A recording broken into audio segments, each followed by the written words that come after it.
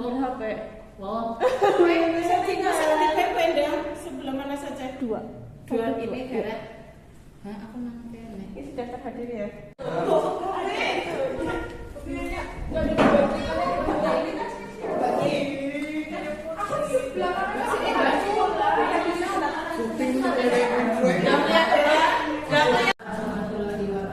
Terima kasih teman-teman sudah mengapresiasi kegiatan kami, Bu Endang dengan saya. Ini adalah pengibasan dari sesi berbagi konsep inti dalam modul budaya positif. Yang terhormat Bapak Kepala Sekolah atau yang mewakili, kemudian yang saya hormati Bu Bapak Guru yang sudah mau hadir pada kegiatan kami, kami ucapkan terima kasih.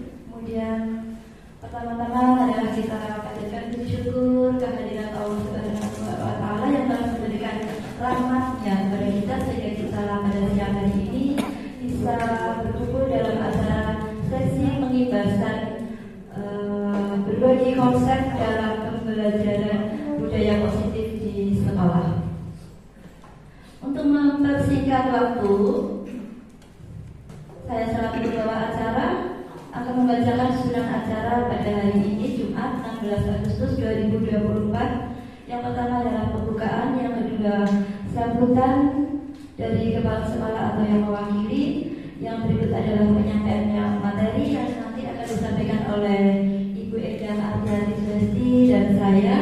Yang keempat adalah praktik segitiga restitusi dan keyakinan kelas. Yang kelima adalah penutup. Marilah Ibu Bapak semuanya kita buka acara pada siang hari ini dengan melafalkan basmalah bersama. Acara yang kedua, sambutan dari Bapak Kepala Sekolah atau yang mewakili kepada Bapak Haryanto, dipersilakan. Assalamualaikum warahmatullahi wabarakatuh. Alhamdulillahirabbil alamin, wassalatu wassalamu ala asrofil anbiya'i wal mursalin wa ala alihi wa sahbihi ajmain, amma ba'du. Bapak Ibu guru SMA Negeri 2 yang Cilok yang saya hormati, Ibu Endang Ardiati Sulesti serta Ibu Afrita Nisa selaku calon guru putra yang saya hormati pula. Puji syukur marilah selalu kita panjatkan kehadirat Allah Subhanahu wa Ta'ala yang telah memberikan banyak kenikmatan kepada kita, terutama kesehatan, sehingga pada siang hari ini kita bisa berkumpul di sini dalam rangka acara pengibasan atau sosialisasi untuk sesi berbagi konsep inti dalam modul budaya positif. Sholawat serta salam selalu kita curahkan kepada junjungan kita Nabi Muhammad SAW serta keluarga, sahabat dan para pengikutnya Bunda Bunda. Bapak Ibu yang hormati, untuk kegiatan hari ini adalah rangkaian dari kegiatan calon guru putra yang sedang dilaksanakan oleh Ibu Endang Ardiati Sulesti dengan Ibu Afrita Heksa untuk memberikan pengibasan atau sosialisasi tentang berbagi disiplin positif. Semoga kegiatan ini nanti betul-betul bisa berimbas untuk sekolah, untuk SMA Negeri 2 Cilongok, sehingga nanti bisa kita bisa membimbing anak-anak supaya lebih punya karakter disiplin, terutama disiplin positif, sehingga nanti hasil output dari anak-anak kita bisa menjadi lebih baik dan meningkat lagi ke depannya. Bapak Ibu yang saya hormati, untuk acara ini semoga nanti selama kurang lebih 1 jam ke depan bisa berjalan dengan lancar, tidak ada langsung apapun, dan kita bisa mendapatkan manfaat dari kegiatan ini. Mungkin demikian yang bisa saya sampaikan mewakili Bapak Kepala SMA Negeri 2 Cilongok yang berhalangan hadir. Terima kasih. kasih. Assalamualaikum warahmatullahi wabarakatuh. Terima kasih Bapak Haryanto, mewakili Kepala Sekolah SMP Negeri 2 Jero. Acara yang ketiga adalah penyampaian materi oleh Ibu Ida Marjati Suharti. Kepada Ibu dipersilakan. Monggo beda. Oke, matur nuwun buat kita. Selamat pagi Bapak Ibu. Selamat siang. Ya, selamat siang Bapak Ibu. Mana semangatnya? Ini semangat tuh. Selamat siang Bapak Ibu. Mana semangatnya? Ini luar biasa. Ya, mohon maaf saya berdiri di sini untuk melakukan pengindasan tentang budaya disiplin positif. Mungkin yang ini ada topik, langsung aja ya Bapak Ibu, karena menyingkat waktunya hanya diberi batas 1 jam. Topik dalam budaya positif itu ada 6. Yang kami pelajari itu ada 6. Yang pertama, disiplin positif dan nilai-nilai kebajikan universal. Kemudian ada teori motivasi, hukuman dan penghargaan, kemudian restitusi. Yang ketiga, keyakinan kelas. Keempat, kebutuhan dasar manusia dan dunia berkualitas. Kemudian kelima, restitusi. Restitusi itu ada 5 posisi kontrol. Kemudian yang keenam, ada restitusi, yaitu dengan tema segitiga restitusi. Ini mungkin yang agak lalu sudah sedikit mengenal karena kemarin kita sudah mengadakan kombel tentang segitiga restitusi. Oke, kita langsung ke disiplin positif dan nilai-nilai kebajikan universal. Nah, ini kita mau bermain sejenak Bapak Ibu. Kita mau bermain dengan ini yang bisa berpasangan. Nanti saya bagi kertas, tapi yang satu saja. Kertasnya yang sebelahnya hanya satu. Yang misalkan yang sebelah kanan saya itu yang memegang kertas. Nanti yang sebelah kanan saya itu silakan tulis sesuatu yang paling berharga. Yang berharga untuk Bapak Ibu sekalian itu apa? Silakan dituliskan di sini. Ya cukup satu saja ya. Mungkin kalau banyak tidak cukup, ini cukup satu saja. Kemudian setelah dituliskan, nanti silakan dilipat dan genggamlah erat dengan tangan kanan. Ya, setelah dituliskan genggamlah tangan dengan tangan kanan. Yang sebelah kiri saya itu mencoba untuk membuka genggaman tangan yang ada isi kertasnya. Caranya mau dipaksa, mau dihitik-hitik, mau disuap dengan uang, terserah. Yang penting ini bisa atau tidak. Iya. Yang terbaik mau dihitik-hitik, mau diberi lagi, mau diberi. Ini mau tak ini pakai uang, silakan kita coba. Ya. Nanti kalau langsung diberikan gimana? Itu hal yang paling berharga itu adalah, atau hal yang paling berharga itu kan apakah akan diberikan secara cuma-cuma kepada orang lain? Filosofinya begitu. Iya. Ya, oke ya Bapak Ibu. Berarti yang sebelah kanan saya silakan menuliskan menjadi puisi. Yang benar nulis ya? Iya. Sebelah kiri adalah yang kanan saya. Deretan. Iya. Iya.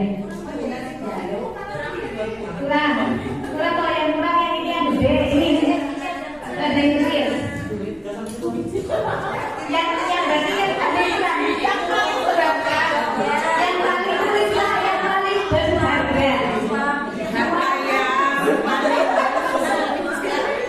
Satu saja, sebelah kanan saja. Ini mencobanya ya sebelah kanan saja. Karena ini hanya SD, kita belum masuk ke materi. Mau Bu Gesi? Mau mencoba? Suami boleh, mas boleh. Hal yang paling berharga yang ada yang dipunyai oleh Bapak Ibu sekalian. Silakan saya beri waktu 1 menit kurang.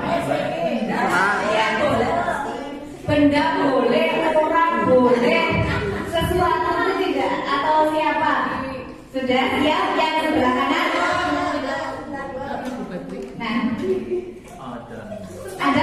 ada yang B bisa membujuk, mengancam, menghardik, merayu, menyuap apa saja agar dapat membuka kepala tangan yang sebelahnya. Coba bergerak. Ini saya mencoba yang satu saja ya. Siap? Oke.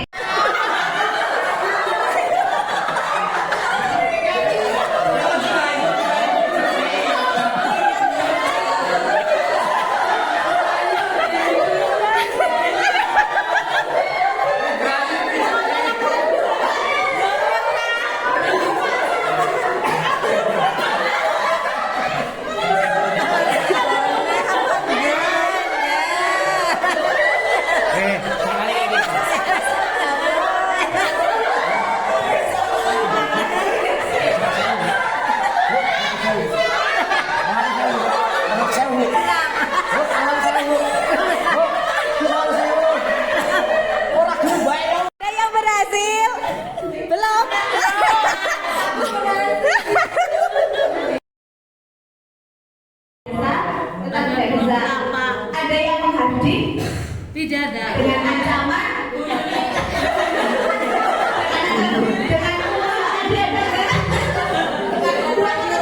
layangan, tadi saya lihat dengan pijetan masulah,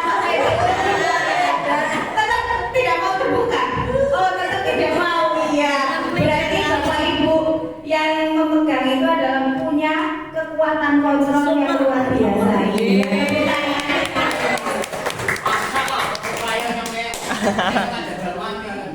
Ya, itu adalah sebuah perumpamaan Bapak Ibu. Jadi kalau yang bisa mengontrol untuk membuka kepala tangan kita itu siapa? Betul sekali.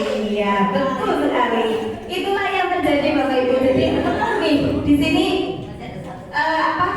nomor 3 ini. Dalam kegiatan ini sesungguhnya siapa yang memegang kendali atau kontrol untuk membuka atau menutup kepala tangan kita? Sebenarnya bukan orang lain, tapi kita sendiri. Nah, itu sebuah perumpamaan. Nah, inilah perubahan paradigma teori kontrol atau ilusi kontrol. Ini kan kita ilusi guru mengontrol murid. Padahal sebenarnya yang bisa mengontrol murid itu siapa? Murid sendiri kan? Iya, betul sekali. Ilusi bahwa kritik dan membuat orang merasa bersalah dapat menguatkan karakter. Betul tidak ini?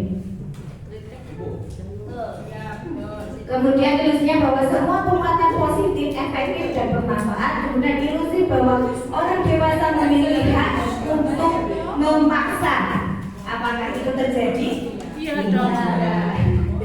Itu terjadi ternyata. Fakta, iya. Nah, nih siapa sebenarnya yang memiliki kontrol? Ini tadi itu bicara soal kontrol. Siapa sebenarnya yang memiliki kontrol? Kita mencoba di dalam stimulus respon. Saya lupa kalau videonya bisa lanjut, saya nggak boleh saja ya. Di dalam stimulus kontrol kita mencoba mengubah orang yang berpandangan sama dengan kita. Tapi kalau di teori kontrol kita berusaha memandangi pandangan orang lain terhadap dunia. Kalau di stimulus respon, perilaku buruk dilihat sebagai suatu kesalahan. Tapi di teori kontrol, semua perilaku itu memiliki tujuan, walaupun itu perilakunya salah. Yang di stimulus kontrol, orang lain bisa mengontrol saya. Tapi kalau di teori kontrol, hanya saya yang bisa mengontrol diri saya. Saya di stimulus respon, saya bisa mengontrol orang lain. Tapi di teori kontrol, Anda tidak bisa mengontrol saya. Kemudian di stimulus respon, pemaksaan ada pada saat bujukan gagal. Tadi kalau rayuan sudah tidak mempan, kita pakai paksaan. Tapi kalau di teori kontrol, kolaborasi dan konsensus menciptakan pilihan-pilihan baru. Kemudian di stimulus respon, modelnya berpikir menang atau kalah. Tapi di teori kontrol, model berpikirnya adalah menang, win-win solution. Jadi tidak ada didudukan. Nah, kemudian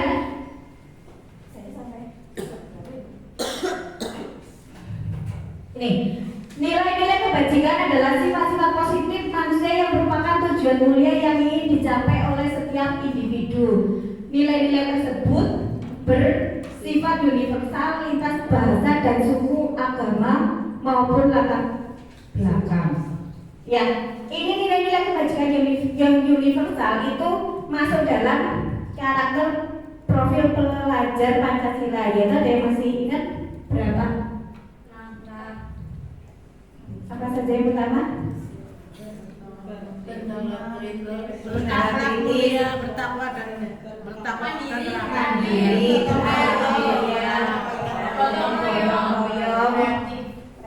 kreatif. Nah, itu adalah nilai-nilai kebajikan. Ini sebenarnya masih banyak. Kami di modul 1.4 itu mempelajari nilai-nilai kebajikan yang universal. Misalnya ada menghormati, pokoknya nilai-nilai kebajikan yang menghormati, tenggang rasa, yang memang karakter-karakter itu dari zaman dulu sampai sekarang itu ada. Nah, itu adalah nilai-nilai kebajikan universal. Kemudian salah.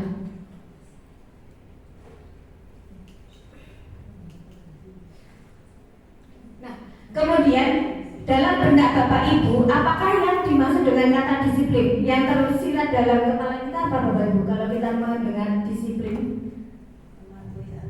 mematuhi aturan. Ya, kita bisa memahami di sini ya. Dalam budaya kita, makna kata disiplin dimaknai menjadi sesuatu yang dilakukan seseorang pada orang lain untuk mendapatkan kepatuhan. Tapi kita cenderung menghubungkannya kata disiplin dengan ketidaknyamanan. Nah, Ki Hajar itu menyatakan bahwa mencapai kemerdekaan dalam konteks pendidikan kita saat ini untuk menciptakan murid yang merdeka, syarat utamanya adalah harus ada disiplin yang kuat. Disiplin yang dimaksud adalah disiplin diri yang memiliki motivasi internal. Jadi lebih ke internal. Ya, bukan ke motivasi ke eksternal. Nih, di sini ada nilai-nilai kebajikan universal. Ini sedikit saja karena masih sama yang tadi ya. Karena slide-nya sangat banyak Bapak Ibu. Kita langsung ke pembelajaran 2, teori motivasi hubungan dan penghargaan restitusi. Oke, nah ini. Jadi tadi disiplin itu lebih ke motivasi internal. Nah, kita mempelajari motivasi itu ada 3. Motivasi yang bersifat eksternal, motivasi eksternal juga, dan motivasi internal. Motivasi eksternal ini ada 2 faktor, yaitu yang pertama biasanya nih kita disiplin itu untuk menghindari ketidaknyamanan atau hukuman biasanya. Yang kedua biasanya kita disiplin itu untuk mendapatkan imbalan dari orang lain, untuk mendapatkan penghargaan. Aku mau disiplin karena dilihat nih, itu mau dilihat seseorang yang spesial. Kemudian yang ketiga, motivasi internal ini adalah tujuan disiplin positif untuk menghargai diri kita. Jadi pada intinya disiplin positif itu mengajarkan kepada siswa bahwa kamu berbuat disiplin itu untuk menghargai diri kamu, bukan untuk siapa-siapa, bukan untuk mendapatkan penghargaan, dan juga bukan untuk menghindari hukuman. Itu tujuannya sebenarnya yang perlu kita kuatkan itu di sini, karena yang terjadi selama ini disiplinnya anak-anak itu sepertinya lebih ke nomor 1 atau nomor 2. Disiplin, saya mau memasukkan baju saya biar tidak ditegur guru. Saya mau berangkat sekolah pagi biar tidak dimarahi guru. Bukan untuk menghargai, ya saya memang mau berangkat pagi. Ini yang masih terjadi kan seperti ini kan. Nah, yang malah gasik mau keriting. oke. Nah, inilah coba sih Bapak Ibu refleksi diri, motivasi mana yang saat ini biasanya mendasari murid-murid kita. Kita akan tadi sudah menyimpulkan kayaknya motivasi eksternal, motivasi internalnya sepertinya belum terbentuk secara sempurna. Nah, ini kita tuh sebenarnya dihukum oleh penghargaan. penghargaan itu sebenarnya ya versi dari modul 1.4 itu sebenarnya tidak membentuk untuk motivasi, terbentuknya motivasi internal, tapi penghargaan di sini itu berpengaruh pada jangka pendek dan jangka panjang. Penghargaan juga mengukur, penghargaan mengurangi ketepatan, penghargaan itu tidak efektif, dan penghargaan itu sebenarnya merusak hubungan. Kalau kita memberi sesuatu pada orang lain, itu bisa menimbulkan rasa tuman. Ya, Susi ya, Susi baru bercerita sesuatu dan ya diberi penghargaan dan orang itu menjadi tuman. Ceritanya apa itu? Nah ini dia tanya Bu Susi. Kita coba melihat dalam sebuah acara pesta ulang tahun, teman Anda memecahkan gelas. Apakah Anda akan membiarkan dia membayar gelas yang dipecahkannya? Kira-kira gimana nih? Tidak, biarkan saja. Gelas emas loh. Ya, anggap gelas emas ya, harus diganti ya. Nah, kemudian yang kedua, pegawai Anda membuat kesalahan yang menyebabkan kerugian finansial pada perusahaan. Pegawai tersebut menawarkan untuk bekerja lembur tanpa bayaran. Apakah Anda sebagai pemilik perusahaan akan menerimanya? Ya. Ya. Ya. Jadi restitusi lebih ke apa? Lebih fokus ke bagaimana orang tersebut memperbaikinya. Ketika dia melakukan kesalahan, apa yang kemudian dia lakukan untuk memperbaikinya? Itu kata kunci dari restitusi. Nih, memperbaiki kesalahan mereka sehingga mereka bisa kembali pada kelompok mereka dengan karakter yang lebih kuat. Restitusi juga merupakan proses kolaborasi yang mengajarkan murid untuk mencari solusi untuk masalah mereka dan membantu murid berpikir tentang orang seperti apa yang mereka ingin menjadi atau tujuan mulia dan bagaimana mereka harus memperlakukan orang lain.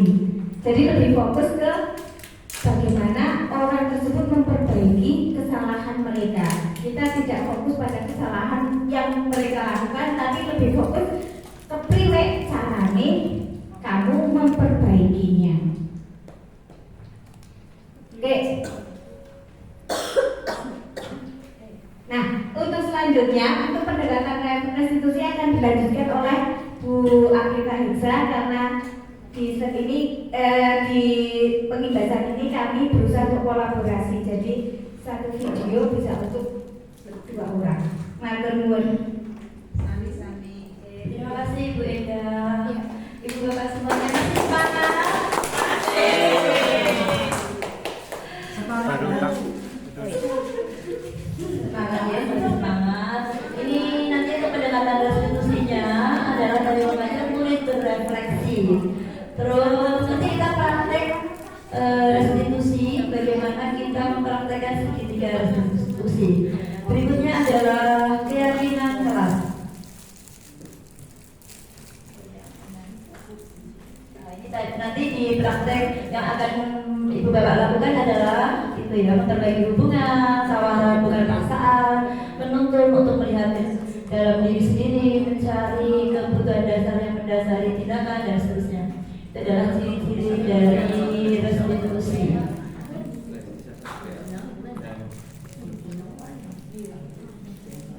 Nah ini termasuk tindakan yang dalam modul, termasuk restitusi juga. Langsung ke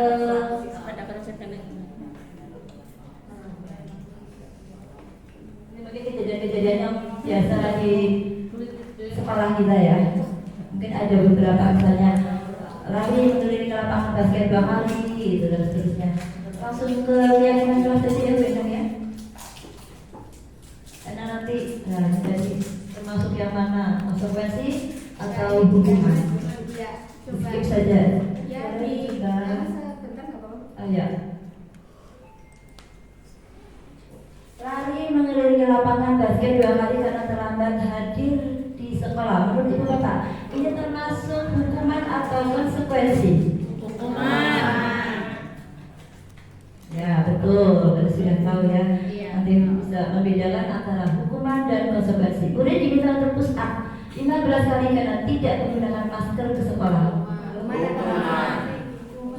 Ya, udah pintar-pintar ya Bapak Ibu ya. Menggantikan kertas tugas teman yang telah dicoret-coret itu hukuman atau konsekuensi? Betul. Yang selanjutnya, membersihkan tempat air di meja tulis karena tersenggol pada saat belajar. Konsekuensi. Betul. Yang murid tidak disuruh untuk mengenakan sepatu seharian di sekolah karena tidak menggunakan sepatu hitam. Nah, memang seperti itu Ibu Bapak. Hukuman ya. Ya, sepatu dicopot anaknya care, ya. Pernah ya? Ya. Tadi mengenai lapangan basket 2 kali karena selama 10 menit untuk pelajaran PJOK. Hukuman. Ya, betul. Ada ya, betul. Ada PJOK-nya karena itu masih terkait ya. Yang berikutnya, ini membedakan antara hukuman dan konsekuensi. Lebih baik kita melakukan konsekuensi saja. Sesuatu harus terjadi membuat anak merasa tidak nyaman dalam jangka waktu pendek. Kalau hukuman itu akan terekam di dalam memori jangka panjangnya di otaknya, kemudian konsekuensi, stimulus dan tanggapan dan seterusnya. Konsep diri yang baik, anak belajar untuk mematuhi peraturan dan seterusnya. Itu lanjut ya. Tadi sudah bisa membedakan antara hukuman dan konsekuensi. Nah, ini adalah identitas gagal dan identitas sukses. Ciri khas dari segitiga restitusi adalah kita membentuk sebuah identitas sukses ke anak, okay? Saja ya. Skip aja. Nah, yang berikutnya adalah keyakinan kelas. Keyakinan kelas itu dibuat berdasarkan usulan peraturan bersama yang dilakukan oleh peserta didik dengan guru atau wali kelasnya. Bisa guru mata pelajaran, misalnya mata pelajaran IPA, berarti harus ada kesepakatan. Setiap pelajaran IPA, misalnya tidak boleh terlambat atau harus tepat waktu, bajunya harus bagaimana, suasananya harus seperti apa, itu harus diusulkan oleh siswa. Jadi bukan dari gurunya, baik wali kelas maupun guru ya, maupun guru maupunnya. Jadi membentuk sebuah kesepakatan dan nanti akan menjadi sebuah keyakinan bersifat abstrak daripada peraturan, kemudian pernyataannya universal, lalu menggunakan kalimat yang positif, kemudian bersedia meninjau kembali keyakinan kelas dari waktu ke waktu. Jadi bisa berubah-ubah. Jadi tidak tetap itu terus, tidak. Kita sesuaikan dengan perkembangan zaman. Nah, ini proses pembentukan keyakinan kelas itu tadi mempersilahkan peserta didik untuk curah pendapat, yaitu biasanya itu diberi kertas sticky note. Satu anak bisa membuat, kalau saya itu satu anak satu, terserah dia mau menggunakan kalimat apa, terserah. Kebanyakan kemarin kalau yang saya praktekkan itu tidak boleh makan di kelas Bu, ya silahkan dituliskan. Tidak boleh menyela Bapak Ibu guru sedang berbicara atau menghormati temannya pada saat berbicara, tidak boleh membuli Bu, gitu dan seterusnya ya. Kemudian nanti akan ditempelkan pada papan tulis. Nah, menggunakan kalimat positif, yang penting itu. Misalnya tidak ada kata jangan, tidak. Jadi menggunakan kalimat yang positif. Karena kalimat negatif itu sebenarnya di otak kita itu harus mikir berkali-kali, kasihan otak kita ya. Jadi sebenarnya memang menggunakan kalimat yang positif. Karena kalimat jangan, tidak itu sudah bisa mematikan sel-sel otak yang di otak kita, sel-sel otak kita gitu. Menggunakan kalimatnya positif. Sekalian belajar bahasa Indonesia ya, anak-anak. Ini adalah perbedaan peraturan Misalnya selalu kembalikan buku ke tempatnya, itu keyakinan kelasnya tanggung jawab. Ya, dilarang mengganggu orang lain, menghormati orang lain, kalimatnya bisa seperti itu. Kemudian hadir di kelas 15 menit sebelum pelajaran dimulai, menghormati orang lain, berkomitmen, yang kayaknya lebih dekatnya berkomitmen ya. Dilarang melakukan kekerasan. Nah, itu berarti keselamatan dan menghormati orang lain. Dilarang menggunakan narkoba, hubungannya dengan kesehatan. Bergantian atau menunggu giliran, misalnya pada saat antri wudhu, ya. Kemudian menghormati orang lain, bersabar, lalu menggunakan masker zaman dahulu, kesehatan dan keselamatan. Atau kalau yang mungkin sakit, boleh mau pakai masker, ya. Karena itu tadi kesehatan, mungkin tidak mau virusnya menyebar. Berlari-lari di kelas satu koridor untuk keselamatan dan keamanan. Ini masih banyak, kalau kelas 7 itu masih pakai jenjang-jenjang gitu. Jadi berlari-lari baik di kelas maupun di koridor.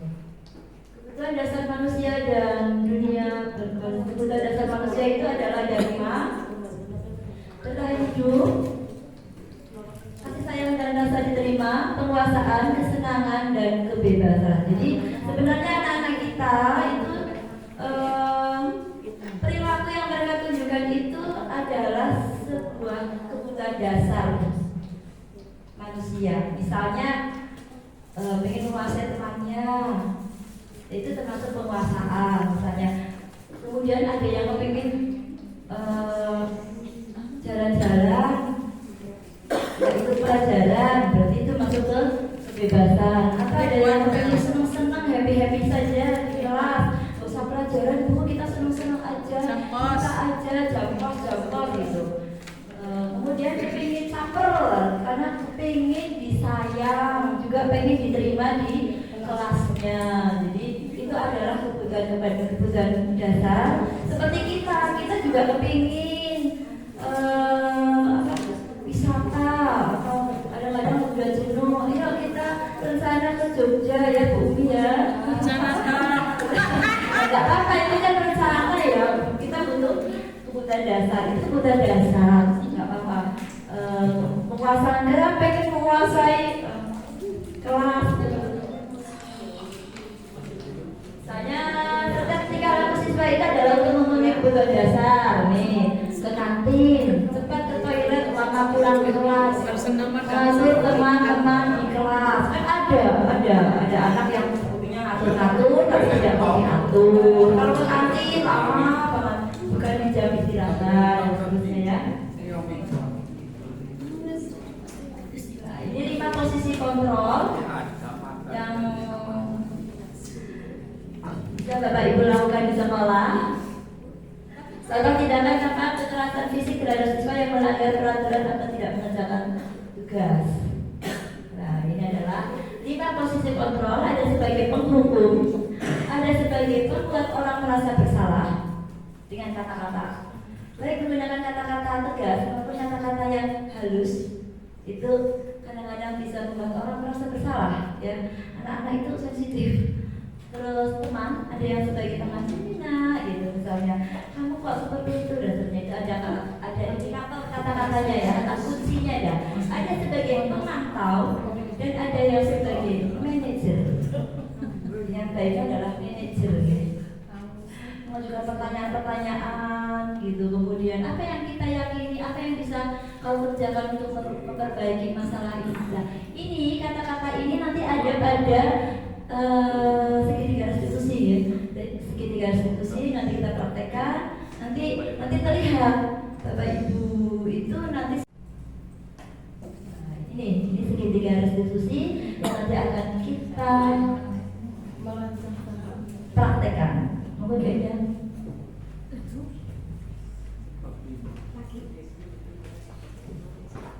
Ini langsung ya. Saya kembali lagi Bapak Ibu. Kita habis ini akan praktik segitiga restitusi, tapi juga sekaligus praktik keyakinan kelas ya. Dibagi 2 aja. Ya, mau yang ini mau gimana Bu? Yang sana. Yang sebelah sana. Oke, bentar ya, tapi kita coba untuk yang posisi kontrol. Nah, ini jadi di dalam segitiga restitusi ada tiga, saya ulas lagi, ada tiga langkah, yaitu menstabilkan identitas, kemudian validasi kebutuhan, kemudian menanyakan keyakinan. Menstabilkan identitas ini, saya mengingatkan kembali bahwa kita disiplin positif itu kan tadi tujuannya adalah untuk membentuk kontrol diri dalam diri murid, yaitu motivasi internal. Ketika kita bisa menstabilkan identitas, ini adalah salah satu langkah untuk membentuk kontrol diri atau motivasi internal. Karena kalau kita menghardik, kamu salah, kamu salah, nah itu kita membentuk identitas yang gagal. Tapi kita pengen membentuk identitas yang sukses dengan cara, dulu saya masih ingat, semua orang itu pernah melakukan kesalahan. Itu salah satu yang bisa kita ucapkan untuk menstabilkan identitas. Jadi biar di anak itu tidak terekam bahwa dirinya itu adalah salah banget, bahwa semua orang itu pasti punya kesalahan, semua orang itu pasti tidak sempurna. Nah, disinilah. Jadi yang di bawah ini, setiap orang pasti pernah melakukan kesalahan. Kamu bukan satu-satunya yang pernah melakukan ini. Kita sebagai guru tadi dari 5 fungsi kontrol, 5 posisi fungsi kontrol itu untuk membentuk identitas yang baik, identitas yang sukses itu kita memilihnya adalah fungsi manajer. Jadi yang mendukung, teman, pemantau ini kalau bisa diminimalis. Karena ketika kita membentuk yang hukum ini kita harus memahami benar. Bentar yang ini, yang sebentar Bu.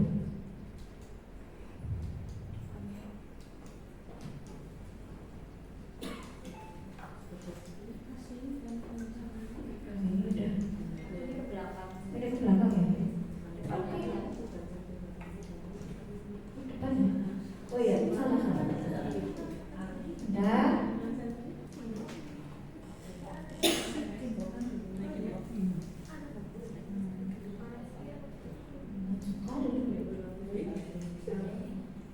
Yang tabel tadi kembali lagi. Nah, di sini di atas itu 5 posisi kontrol. Kolom yang atas itu adalah motivasi. Jadi kalau kita posisinya sebagai penghukum, pembuat orang merasa bersalah, itu adalah kita malah motivasinya sebagai identitas yang gagal. Nah, yang di belah sana teman dan pemantau itu kita bisa membuat identitas berhasil, tapi kontrolnya dari luar. Kan tadi di awal kita yang mengontrol kita membuka tangan adalah siapa? Nah, jadi yang tujuannya disiplin positif adalah yang paling sana, paling wetan. Identitas berhasil atau sukses, kontrol diri yaitu dengan cara memposisikan diri sebagai manajer. Itu yang dibedakan. Ya, tujuannya adalah kita membentuk segitiga restitusi itu adalah kita memposisikan diri sebagai manajer. Manajer itu caranya dengan segitiga restitusi, yaitu 1. Menstabilkan identitas, 2. Validasi kebutuhan, 3. Menanyakan keyakinan. Nah, konsepnya kalau nggak diluruskan kan nanti bingung kan? Nah, saya meluruskan ini dulu. Ya, jadi kita dengan posisi manajer. Bagaimana kita bisa caranya dengan posisi manajer? Nanti kita akan latihan.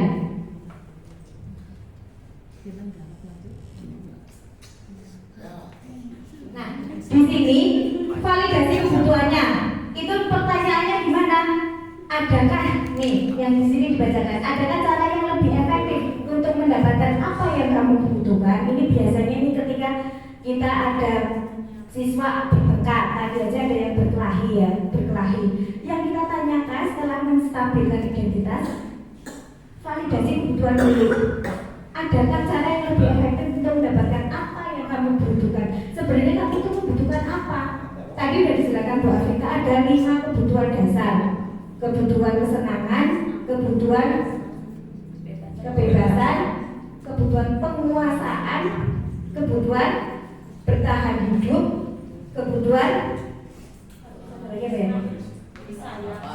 kasih, cinta, dan kasih sayang. Ya betul. Itu adalah kebutuhan kita. Nah, kemudian yang menanyakan keyakinan, ini bisa ditanyakan dengan nilai-nilai apa yang kamu sepakati dan kamu ingin menjadi orang seperti apa. Itu adalah kita pakainya ini segitiga diskusi. Dan kita akan mencoba praktek karena, nah ini contohnya, guru ketika menstabilkan identitas, guru bisa berkata, berbuat salah itu hal yang manusiawi. Tidak ada manusia yang sempurna. Bapak Ibu juga dulu salah. Kita pasti bisa menyelesaikan permasalahan ini. Bapak Ibu tidak tertarik untuk mencari tahu siapa yang benar, siapa yang salah. Tetapi Bapak Ibu lebih tertarik untuk menyelesaikan masalah ini. Kemudian kalau kamu menyalahkan diri kamu terus menerus, apakah kamu bersikap baik pada dirimu sendiri? Nah, ini kalimat untuk menstabilkan identitas. Kemudian yang validasi kebutuhan itu seperti apa? Pertanyaannya tadi sudah dicontohkan sedikit. Nah, validasi kebutuhan, guru bisa berkata seperti ini. Apa yang penting bagi kamu? Apakah kamu bisa melakukan dengan lebih baik besok lagi? Maukah kamu belajar cara lain untuk mendapatkan yang kamu butuhkan tanpa harus memukul? Jadi diajak untuk anak itu berpikir. Kemudian kamu bisa saja melakukan hal yang lebih buruk, tapi kamu tidak melakukannya, kan? Nah, ini adalah kata-kata yang bisa untuk memvalidasi kebutuhan. Kemudian menanyakan keyakinan. Ini kita menghubungkan dengan nilai-nilai yang mendasari manusia berinteraksi dengan orang lain. Misalkan, sebenarnya kamu ingin jadi anak seperti apa sih? Terus apa nilai yang kita percaya di kelas sekolah kita? Nilai-nilai universal apa saja yang telah kita sepakati? Ini lebih ke tadi nilai-nilai kebajikan universal yang sudah saya bahas di awal tadi. Nah, oke, kita akan mencoba jadi sebelah 1, bangku 1 dan 2 ini nanti akan praktek membentuk keyakinan kelas. Kemudian yang barisannya Pak Veda, Pak Edi dan Bu Dwi, Bu Gesi nanti akan mencoba praktek segitiga restitusi. Jadi dua-duanya dapat. Nanti kalau masih ada waktu ya bisa dicek, ditukar, dicek. Ya. Untuk petunjuknya keyakinan kelas dari Bu Amrita. Nanti dari saya kasih petunjuk. Terima kasih Bu Endang. Untuk keyakinan kelas sebelah sini ya, sebelah kiri saya ada. Nanti dibentuk menjadi 2 kelompok. Ini 1 kelompok, ini 1 kelompok, jadi ada 2 kelompok. Nanti saya akan bagikan kertas ini. Nanti masing-masing satu berperan sebagai guru, kemudian yang 5 jadi muridnya. Gurunya itu nanti berperan mempraktekkan bagaimana membuat keyakinan kelas di kelasnya. Begitu. Kelompok 1 dan 2. Kelompok 3 dan 4. Maksudnya itu kelompok 3 dan 4 ya.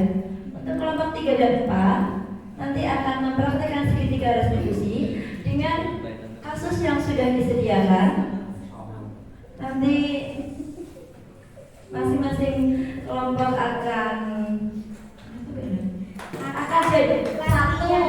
satu menjadi guru, satunya menjadi murid.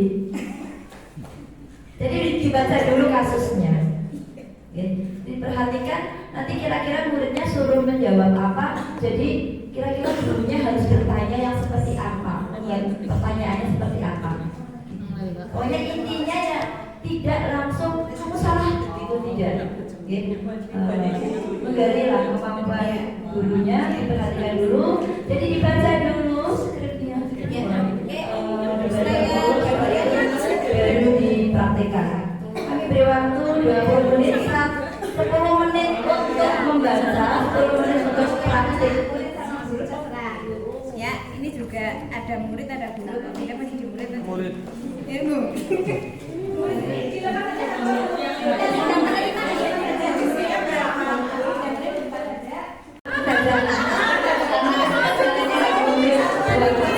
Ya, jadi silakan yang di sini baca dulu aja skripnya, jadi murid seperti apa. Kemudian kalau sudah dibaca itu dilepas saja lagi, dilepas ya. Dilepas jadi masing-masing memegang skripnya. Jadi murid sama jawaban guru. Dicoba ketika jadi guru itu harus berkata seperti apa. Ayo baik Kak.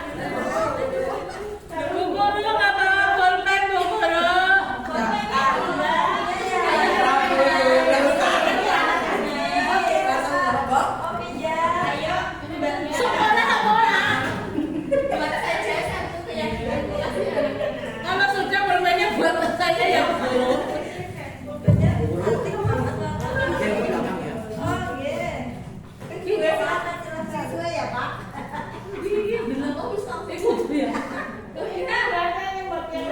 Bu Endang, ini di Praktika segitiga restitusi dengan Caca, tapi kedengaran suaranya. Jadi saya mencoba mempraktikkan segitiga restitusi, tapi itu beda dengan kasus yang di sana. Cuman suaranya nggak kedengeran ya.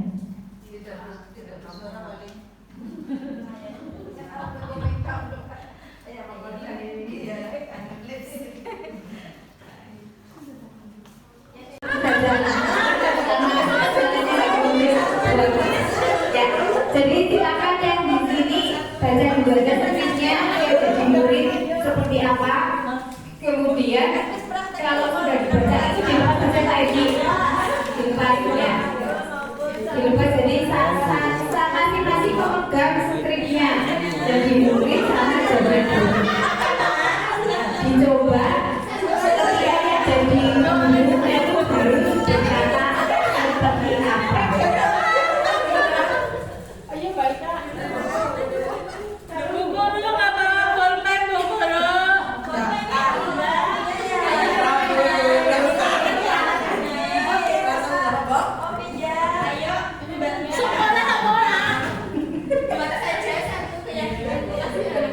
Kalau sudah bermainnya buat saya ya Bu.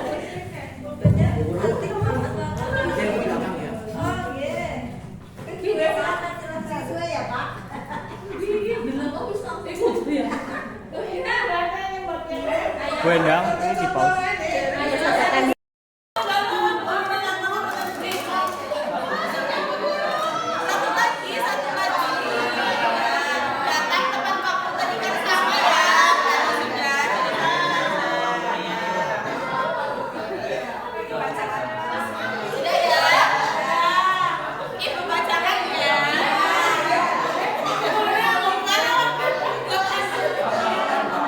Nah, kita konfirmasi semua ya keyakinan kelas yang kita bikin tadi.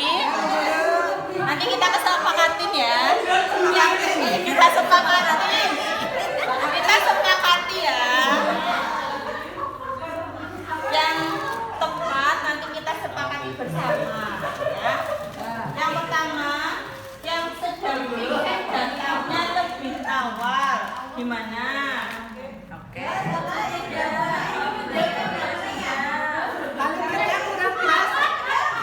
Kalimatnya kurang tepat ya.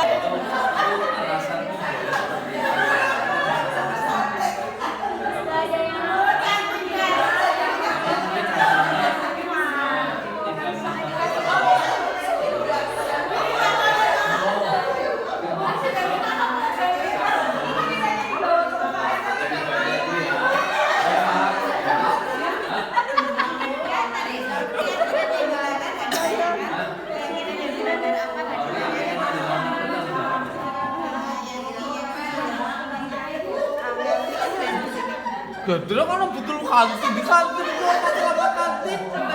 Iya, ini Ciko kan sebenarnya piket, tapi kemudian dia itu ke kantin, tidak piket, padahal yang lainnya pada piket. Nah, terus Pak gurunya pengen karena menampilkan identitas orang yang seru dan melakukan ini juga ada, tapi bukan langsung kemarin. Ciko sini. Ya, tapi yang yang digoreng. Nah, Bu Umi pengen menerangkan bahwa Bita, kamu kan intinya jadi Bita, kamu tuh sebenarnya jangan kira-kira ke WC, tapi pakai segitiga restitusi seperti apa? Bita, kamu dari apa? Gimana? Kita cerita. Gitu.